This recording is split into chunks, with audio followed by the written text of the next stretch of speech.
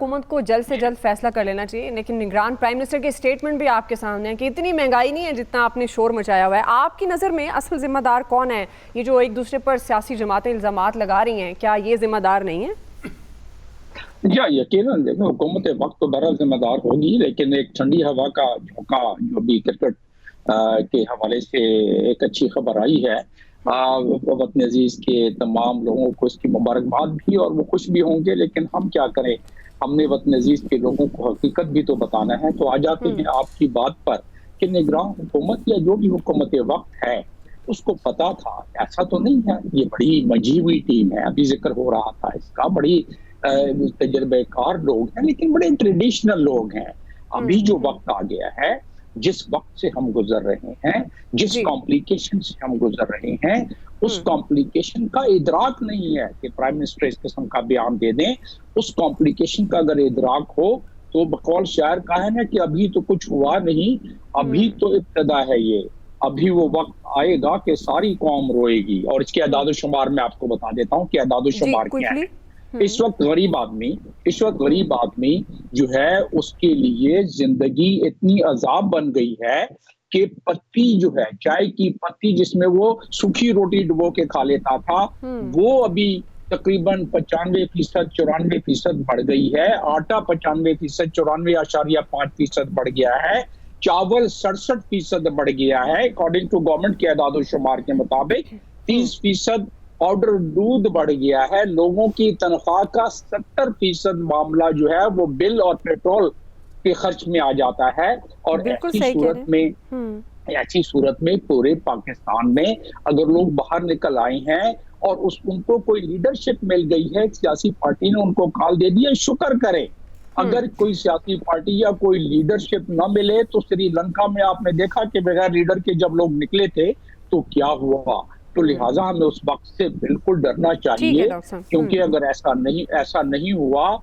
نہیں ہوا تو اس وقت اب رہا سوال کی نگراں حکومت یا اس سے پہلے والی حکومت۔ یہ درست ہے کہ نومبر 22 میں جو حکومت تھی پہلے، اس وقت کی اس نے غلطی کی، اس نے IMF کا ایک ساورن معاہدہ جو ہے اس پہ عمل درآمد نہیں کیا، جس کی وجہ سے دشواریاں ہوئی، جس کی وجہ سے پرابلم ہوئی۔ لیکن ہم کیا کریں، جب ہمارا بجٹ بنتا ہے تو 6,521 ارب کا خسارہ اس وقت ہو جاتا ہے، اور سود دیتے ہیں 5,831 ارب کا۔ تو یہ حکومت، ان کو چاہیے مندرجہ ذیل، بس آدھے منٹ میں بتا دیتا ہوں مندرجہ ذیل۔ جی ڈاکٹر صاحب، معذرت کے ساتھ میں، کیونکہ وقت بہت ہی کم ہے اور میرے ساتھ دیگر ایکسپرٹس بھی موجود ہیں، آپ کا جو پوائنٹ آف ویو ہے وہ آ گیا ہے سوال کے اکارڈنگ۔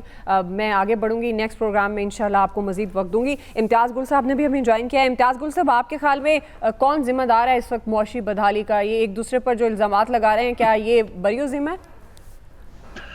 جی جناب، کوئی بریو ذمہ نہیں ہے۔ جن لوگوں نے 1994 میں انڈیپینڈنٹ پاور پروڈیوسرز کے معاہدے کیے تھے، جنہوں نے یہاں سے پیمنٹس جو ہیں واپڈا کے ذریعے ان کمپنیوں کو، یعنی نجی بجلی گھروں کو ڈالر میں کرنے کے وعدے کیے تھے، جن لوگوں نے گزشتہ 15 برسوں کے دوران گردشی قرضے کے نام پہ خود بہت پیسے کمائے ہیں، جن لوگوں نے خاص طور پہ 2013 سے 2018 کے دوران اضافی بجلی خریدی اپنے، میں سمجھوں گا کمیشنز کے لیے، انہوں نے غیر ضروری طور پہ یا نئے بجلی گھروں کے معاہدے کروائے، خاص طور پہ چین کے ساتھ۔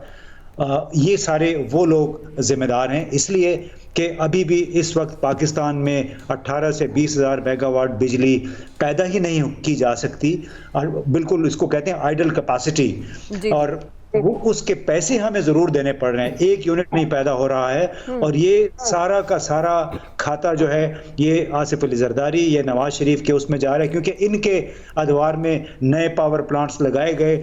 وہ پاور پلانٹ جن کو یہ چلا نہیں پا رہے ہیں، ان کے لیے ان کے پاس پیسے نہیں ہیں، اور پاکستان کی میکسیمم زیادہ سے زیادہ جو ایک وقت میں ٹرانسمیشن یا زیادہ سے زیادہ جو ضرورت ہے ایک وقت، وہ 25 ہزار میگا واٹ سے زیادہ نہیں ہے، جبکہ انسٹالڈ کیپیسٹی ہماری 44 ہزار میگا واٹ ہے۔ تو وہ تمام لوگ جو 44 ہزار میگا واٹ کے بجلی گھر بنوانے کے ذمہ دار ہیں، کلیدی کردار ادا کے، یہ سب اس کے ذمہ دار ہیں۔